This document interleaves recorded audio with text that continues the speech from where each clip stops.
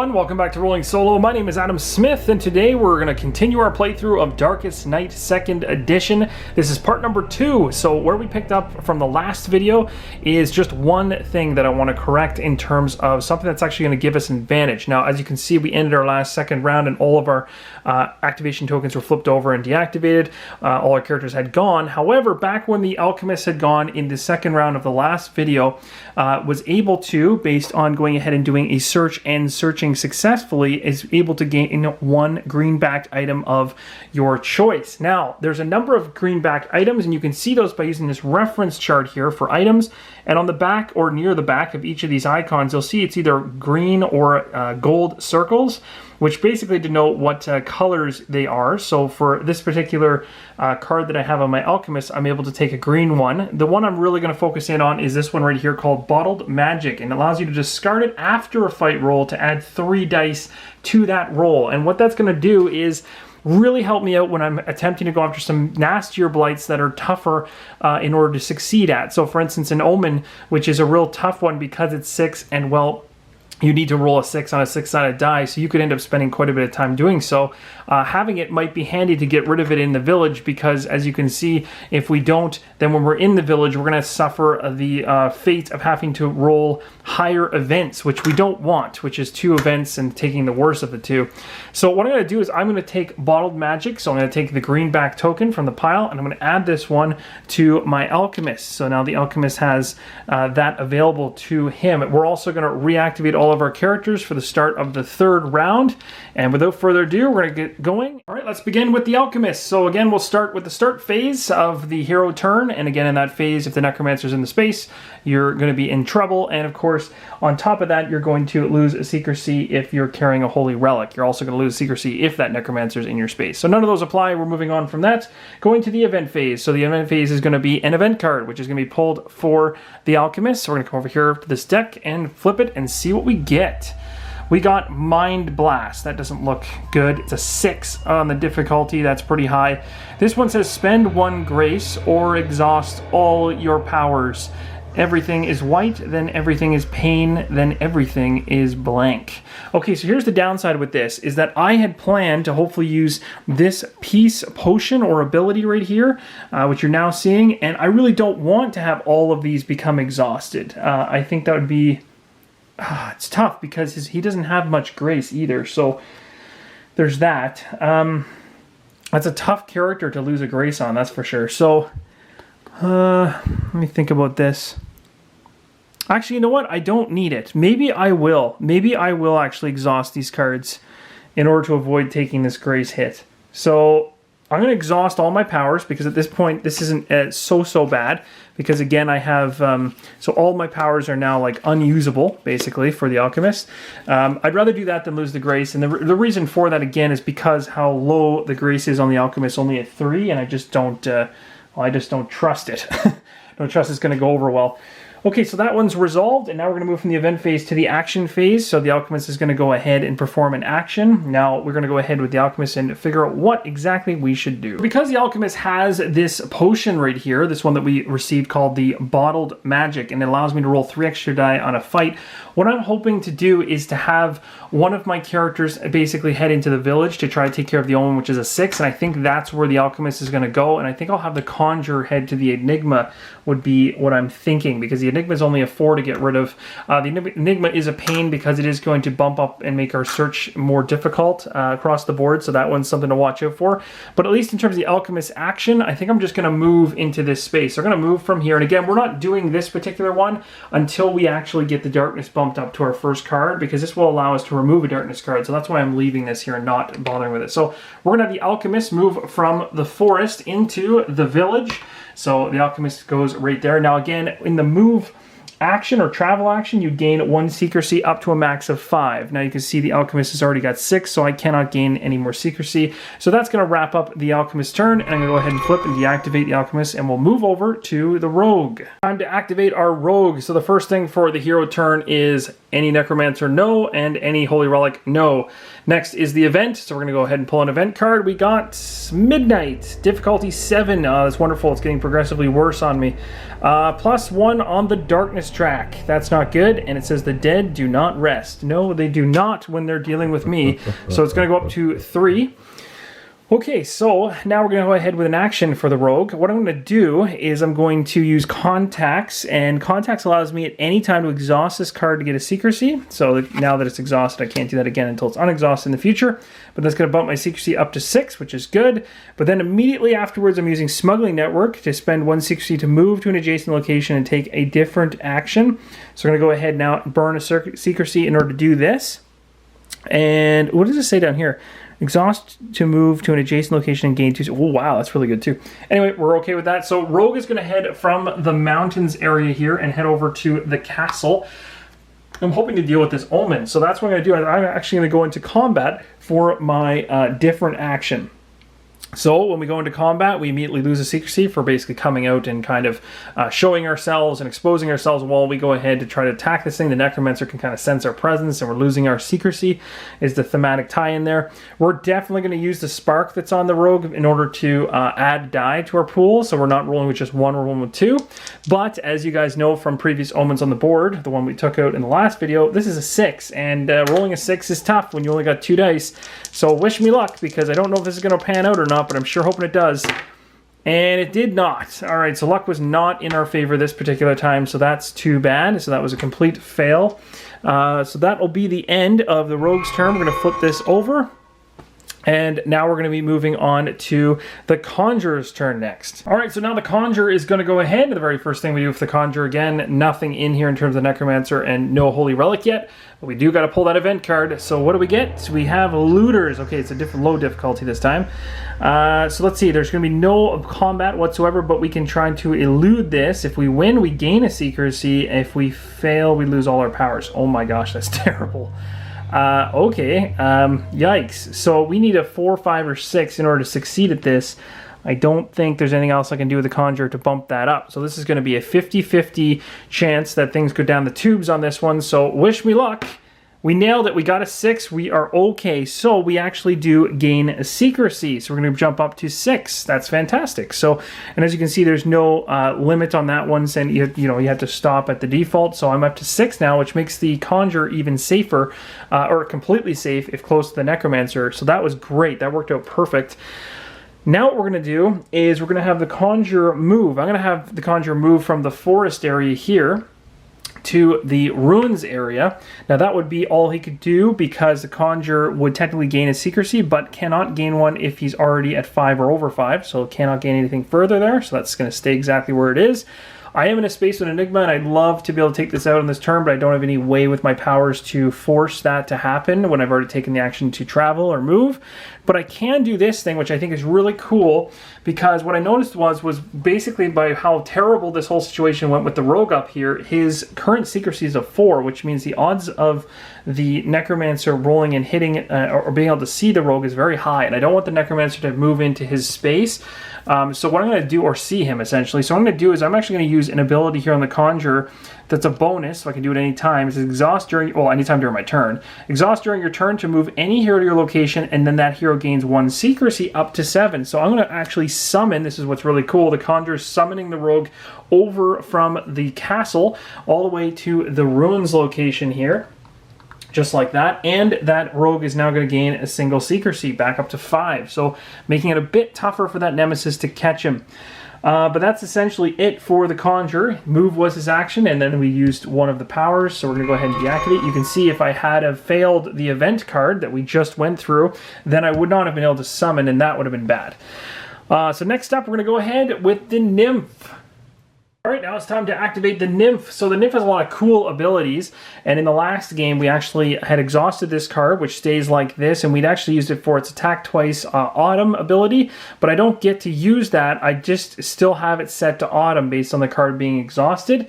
So essentially an overgrowth has a bonus that when it's set to autumn I gain a spark before you attack. So if I do want to change to any of these other ones, then I'm going to have to go ahead and unexhaust or stop this original exhausting of Gust in order to change my current season. So currently we're still in autumn. I also have this card called Earth Meld, which says as a tactic I can exhaust it to elude successfully without rolling, but that's when we get into things like maybe attacking or fighting the skeletons. So not really useful. The Nymph is way up here. What I'm thinking of doing with the Nymph is potentially either going into the village or going into the castle. But either way, a movement's not going to do anything major, so we still have to pull our event though. And of course, there is no loss of secrecy for the Necromancer or for a Holy Relic. So the event is Lynch. That does not sound good. So we've got, we can combat this one or we can elude it. The failure is death. That's wonderful. The air is filled with foul magic, twisting your nose and scalding your tongue. A sickly green light blossoms from its staff. Fantastic. Okay, so, what do we want to do? Well, this is going to be interesting. We've got two options. So we got to make a decision right now. So because we have the fighting or combat side of things with the 5, as well as potentially being able to evade it or elude it with a 5 roll, I actually have the ability to use my Nymph's ability here, which is a tactic. I can spend this right now to exhaust the card to elude successfully without rolling. So I can go ahead and exhaust this card sideways, and automatically my Nymph now has evaded this Lynch, and there is no need to take a failure. Now, of course, a failure would have resulted in death, and death would have resulted in losing one of my grace, of which I have tons of. But hey, I don't want to do that, so I'm just going to go ahead and elude that card.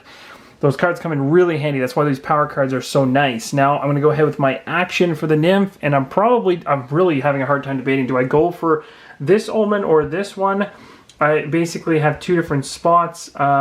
These are 2 6s, which makes them very, very, very tough. On subsequent turns, my Alchemist is going to have the ability to combat this thing with 1 die, plus using a future round 3 additional dice with this potion, which should definitely give the odds to be able to take care of the village. So maybe I should go here. The only downside being with the Necromancer, if the Necromancer moves, my heroes are in every single location around him, which means we're going to lose some secrecy, and that's never good. So that's the debate, is do we want to do that, put all our guys that close? Well, I don't think we have too much of a choice. We also do need to get to the swamp. There's a quest timer going down, so you know what? I'm going to do it. We're going to move the Nymph into this location. When I travel here, I gain a secrecy if I can, but of course I only get to gain up to 5, and I'm way past 5 on secrecy, so that is going to be the end of the Nymph's turn. So we're going to deactivate the Nymph, and just like that, we finished all of the hero turns. All right, it's time for the Necromancer's turn, so we're going to go ahead and knock off the darkness from 3 to 4. Moving quickly along this track. I don't like it. The next thing we're going to do is we're going to put a time marker on each quest in play. So we're going to have a... Now what I've been doing here... Oh, I guess this is the time marker right here. So yeah, there's going to be another one that's going to go on this one. This is nasty. So now we're up to 3, which means this thing's only going to be there for 1 more round. So we're getting closer. We're surrounding this thing. Hopefully we can get there in time. Yikes. And then the next thing we're going to do is do the Necromancer's movement. So let's go ahead and roll our die and suffer the consequences. That sounds good, right?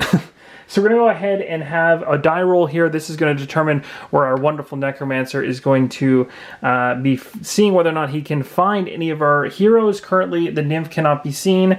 The Conjurer cannot be seen. The Rogue can be seen if a 6 is rolled, and the Alchemist cannot. So we're pretty safe. Pretty safe. So we'll see how this goes.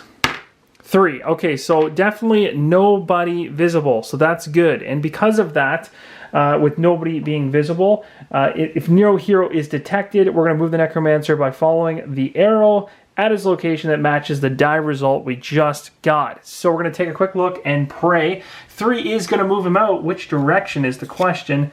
Ah, it's going to go up towards the Nymph, so he's heading up this way. So the Necromancer has moved up into the Nymph's location. All right, so we're going to go ahead now and draw a map card to find out what blight the Necromancer is going to be leaving on the land, and we are up in the castle area, at least the Necromancer is. So that is going to be more skeletons. Man, this Necromancer just loves dropping skeletons on us. So another skeleton, this is going to be the 3rd one on the board, is now in this location, so that's no good. The Nymph is definitely going to need some help from our heroes in the next round. So without further ado, we're going to go ahead and begin round number 4. What I've done already off camera is I've gone ahead and reactivated all of our tokens for all 4 of our heroes. One thing I want to mention to you guys is that you do not have to activate your heroes left to right. I've been doing that so far because it's been working synergy-wise, but later on in the gameplay I may start activating the Rogue before the Alchemist, or the Conjurer before the Rogue, or something like that. I can mix and match and activate whichever hero I want in whichever order I want during the hero phase. So that's what's really cool about the game. You start trying to combo which individuals are going to activate in which order in order to, you know, achieve your objectives on your particular round that you're trying to do. So it may not always make sense to just run them left to right. Obviously, you're going to lose some advantages by doing that. So just something to be aware of. So we're going to start with the Alchemist here. I do have that bottled magic token, which is good. What I'm going to want to do is, well, we're going to start off with an event card. We are in the village, so we're relatively safe. So we have an omen in here, which is bad. This is going to affect us right away because this omen has us pull a higher fate event, and it's a 6, so that's nasty. So what's going to happen is there is no Necromancer here. There is no relic in my hand like this. So because of that, no secrecy loss. We have to take 2 events because of the higher fate event omen here, and take the worser of the 2, or the worst of the 2. Worser. Okay, we got Host of Haunts and Desperate Bargain. So Desperate Bargain is not going to happen. So it looks like Host of Haunts is the one. This says compare to secrecy, and our secrecy I think is really high. Yep, it is a 6, which is really good. I don't know if that's good for this though. It gives us the wisps as a combat, and we can either try to fight it for a 6, or we can try to evade it or elude it for a 6. If we fail to do so, we lose a secrecy. It says the hollow moans and shrieks come from all directions, wrapping you in a numbing dread. That sounds fun. Nope, don't sign me up for that. So we're going to go ahead and roll a die for combat. Now, the other thing too is I technically have this bottled magic, which I don't want to use for an event. I'd rather use it for the omen to get rid of it. So I'm going to just be rolling one die and sucking it up. If I happen to lose this and I don't get a 6, well, I'm going to lose a secrecy. Here's hoping. I got a 2. Yeah, so there's that secrecy gone. So we're down to a 5. Okay, so with that being said, we're going to go ahead and discard the Host of Haunts. So that is now gone, and we're going to go ahead and attempt now with our action to actually take out the omen. So we're going to go ahead and roll one die, as this thing says, because bottled magic, as we noted when we picked this thing up originally, says that after you roll, you can add 3 dice. So it says discard after a fight roll to add 3 dice to that roll. So we'll roll a die first, and then if we need it, we'll burn the bottle to get 3 more dice. If I get really lucky, I'm going to end up getting a 6. That's kind of what I'm hoping for. So here we go. I got a 3, so that's a complete fail. We still need a 6, so I'm definitely going to spend the bottle now in order to get 3 dice. So hoping this bottled magic works out. We've got 3 dice. Cross your fingers for me because I don't know how this is going to go.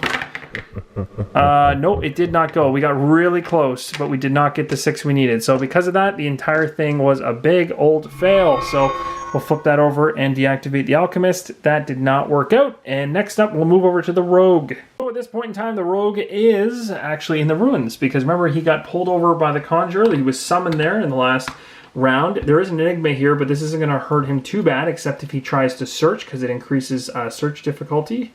But, you know, it's not that bad. It could be worse. So we just need a 4 or 5 or 6 to take this out. So that might be what we do, I think, on my turn here with the Rogue. Let me just take a quick look at the cards here to see if anything that'll help me. We're going to have to pull an event as well. This one says spend 1 secrecy to move to an adjacent. That's not going to do anything. Spend 1 secrecy to search with 2 dice. Nope, don't want to do that yet. So what we're going to end up doing is we're going to take our event, because we have no Necromancer, no Holy Relic. We're going to take an event. Cross our fingers, it's not terrible. Yep, that sounds bad. Demon, we found a demon. That's terrible. Compared to secrecy, so we have a 4 on our Rogue, which is not that great. So we're fearful. This allows us to combat it or to try to evade it. Failure, we lose 2 secrecy. That's really bad. Really, really, really bad. It says a stench of sulfur, and a fury glow tell you immediately what manner of fiend you are facing. So let's try to roll. Oh my goodness, this is terrible. So I'm going to try to combat it, because if I do, then oof, this is a tough choice. Do I try to fight this thing? If I do, then I gotta get a 3, 4, or a 5 or 6. I guess that makes the most sense to try to fight it. Now let's try to fight it. Here we go. Let's see if we can make this happen. Come on. A 2, that is a fail. So we are going to lose 2 secrecy on the Rogue. That's bad. So we're down to a 3. That's really bad, actually. The only good thing is he's on the other side of the board from the Necromancer. So the Demon definitely did his work on our Rogue. That was bad. So we have the Rogue here sitting in this ruins area. We do have an enigma here. We want to get rid of that to make searching easier. and just to get the blight off the board. So I am going to go ahead and do an attack. Now if I do an attack, again, I lose another secrecy, which is really bad because it's making the rogue very vulnerable to Necromancer's attack. If my secrecy ever hits 0 and the Necromancer comes into my space, I have to combat it, or the Necromancer has a chance to essentially attack me, and that's where things can get ugly quick. So what I need to do at this particular point is, do I do that? This is tough. I could let the Conjurer try to do this instead, and instead maybe do something a little bit more safe with the rogue, seeing as how the event really hurt me. So maybe what I'll do is I could essentially hide as an action, which would allow me to refresh my powers so I could get the contracts back, and it would actually gain me a secrecy up to 5. So let's do that. Let's hide. So we're going to bump up our secrecy to 4. We're going to activate our exhausted ones from before. This is great because next turn I can get another secrecy, which will get me further back up. So that's good. I'm happy with that. We'll deactivate the rogue, and we're going to move over to the Conjurer. So the Conjurer here, we have to take an event. The Conjurer currently sits alone, and no Necromancer, no Holy Relic, but there is still an event, so let's pull that card. Are you kidding me? Another one of these guys? There's tons of them here in the runes. So again, comparing to Secrecy, this is a 6, so it'll be a little bit different. It's flying now. I can't fight it. I have to elude it, and if I fail, I lose a Secrecy. So let's go ahead and attempt to elude this thing. We're going to go ahead and make our elude roll, which is, well, it's not looking too good. Kind of like the last one, the demons are really tough, no matter where you land. I guess in this particular case, the demon, well, I guess some of the other ones would have been a little bit better, maybe. The elude on these other ones are more possible. 6 is very tough, so we're very likely to end up losing something here. We don't have anything else we can do, even with our particular power cards. There's nothing that'll help us, so it's a roll, and it's a hope that we land a 6. We got a 6. Are you serious? So somehow, some way, we landed it. It's about time we got one decent success on that. So we've had so many failed rolls so far. That's actually surprising. Okay, so we did succeed at the event for the Conjurer, and now the Conjurer is still in the ruins. So what is the Conjurer going to do for an action? Well, I want the Conjurer to try to go after the Enigma to get rid of this thing off the board. What else can I do? Let's see. This is when you search an event, quest, or mystery causes you to gain something. You exhaust and gain another type of item. Okay, cool. This one's Invisible Barrier. Don't need that one just yet. So there's nothing here that's going to help me with going after the Enigma except a combat roll. Again, if I fail at this particular roll, there's no effect, so it's just an attempt to take it out. So here's hoping. I'm going to roll for a combat. Now when I go ahead and make that combat, I'm going to lose a secrecy, so I'm going to drop down to 5. And we're going to roll and see what we get. We got a 5, so that blight is gone. That's awesome. So one less blight on the board. That's good. So we're keeping a little bit of a control on the blight situation. And the Conjurer's turn is now complete. And we're going to move over to the Nymph's turn. So let's go ahead with the Nymph's turn here. The Nymph is way up here in the castle with the Necromancer, and as you can see, this hasn't happened before for a start of turn. So as I've talked about all the way along, if you do start in a same area or zone as the Necromancer, you lose a secrecy, so I'm dropping down to 5, so that's too bad. But the one thing to note is that the Necromancer, going into the event phase, would normally attack the Nymph if the Nymph's secrecy, which it currently isn't, was at 0. If it was, then that's how the Necromancer starts picking away at your heroes on the board.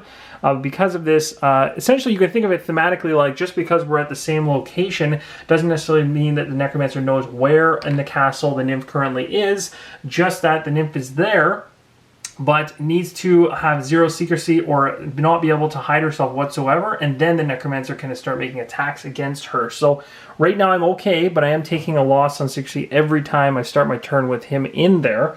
So the first thing that's going to happen is the event phase, and again, because I'm not at 0 secrecy, I pull an event like normal. So I'm going to go ahead and pull an event, but because we have an omen here, which we're very familiar with, same as the one that's here, I'll flip this over, we have to take the high fate events, which means 2 is going to be pulled, and the worst of the 2 is going to be thrown at me. So what do we got here for our 2? We've got the Bergheist, or Berghest, if I'm pronouncing that correctly, and the Altar. Both are 3, actually. So in this particular case, I get to choose between these 2 because there is 2 of them. So I'm going to go ahead and do that. Which one do I want to take? So this one here on the left says, roll 1 die and take the highest. Pure Altar. You may spend 1 secrecy to gain a grace. Interesting. or 1 to 5, defiled altar, spend 1 grace, or you increase the darkness. Oh, that's interesting. Okay, so that's a risk. It's a 50-50 risk on the altar, whereas with the other one, it's a fight, and if you fail, you die, or if you fail, you elude, you lose secrecy. I'm gonna go for the altar. I'm gonna risk it. Let's go for the altar. Let's go crazy. So we're gonna go for the altar. It's gonna be a die roll. The Nymph does not have any sparks or anything like that to roll, so it's just gonna be a 1 roll die and nothing to add to this. I normally would gain a spark because it's autumn before you attack. So if I had chose to go after that cat, or whatever that thing was, I could have gained a spark, so that's debatable too. But you know what, being able to gain a grace, my reasoning for gaining grace, guys, just so you guys understand it, is because this is the highest grace character I currently have at 5. And there's this really cool card over here that says gain clues equal to the current grace and discard this card. So if I can get to this swamp location with a really high grace level, then I'm going to exchange that for a ton of clues, which is going to get us really close to be able to swap out and buy one of these at 10, which is cool. Holy Relic is something we need. Now you're also noticing that Lover's quest that's there is at 3 time tokens, 1 more and it's dead, and we have to bump the darkness up by 2. I haven't been pushing much for that in this particular round, or even the last one. I've been trying to get close to it, but I've realized that I'm not going to be able to get there in time. It's just not going to happen. And because of that, I just thought, let's let it happen, because there's no way I can get in there and deal with everything and get rid of it in time. So we're going to go ahead. We're rolling our die now for this event to see what happens. I'm really hoping that we end up landing the pure altar for 4, 5, or 6. We got a 4, so we got it. So we can spend a secrecy, which I will do to drop me down to 4 to gain a grace. So now we're up to 6. That's awesome. So now what we're going to do is we're going to have the Nymph actually move out of this location with the Necromancer and potentially into this location with the swamp. Now that's something I am thinking of doing as my action. I'm a little bit hesitant though, because there's a lot going on in there. There's skeletons we're going to have to deal with. This taint, what does it do exactly? Cannot gain grace inside of here. Interesting. And you actually lose a grace if you try to go after this and you fail. So that's really vicious.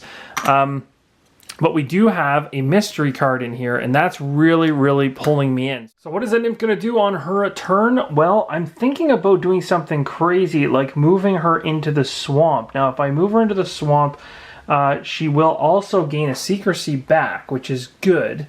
Because we can basically gain it back to 5 at the max when you do a travel action. So that might be the best thing to do, is to get her out of this area. So I'm going to move her into the swamp. The downside is we're going to have to defend. And this is where things are interesting, because it's the first time I'm moving into an area with yellow and moving into it and ending my turn in an area with yellow, where you essentially have to defend against each of the yellow blights that are in here, but only one of them. So for instance, there's 2 skeletons here, but I only have to defend against one of them in order to just not take any kind of damage. But of course, if I fail against it, I'm going to die, which means I'll lose a grace, which is not part of my plan, because I want my grace to be high so I can essentially turn it in and cash it in for clues later. So, but I had to do this. So I moved in, I traveled in, so I do get to bump up my secrecy to 5, which is good, helps me a little bit.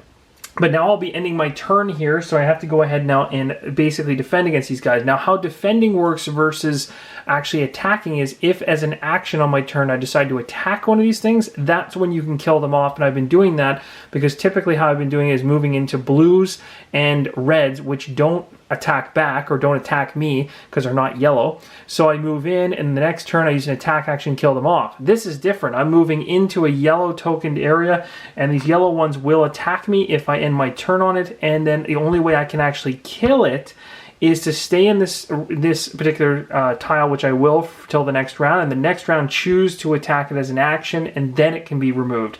So I'm going to have to defend against it right now, and if I succeed, it still stays here. That's what's nasty about these yellow ones.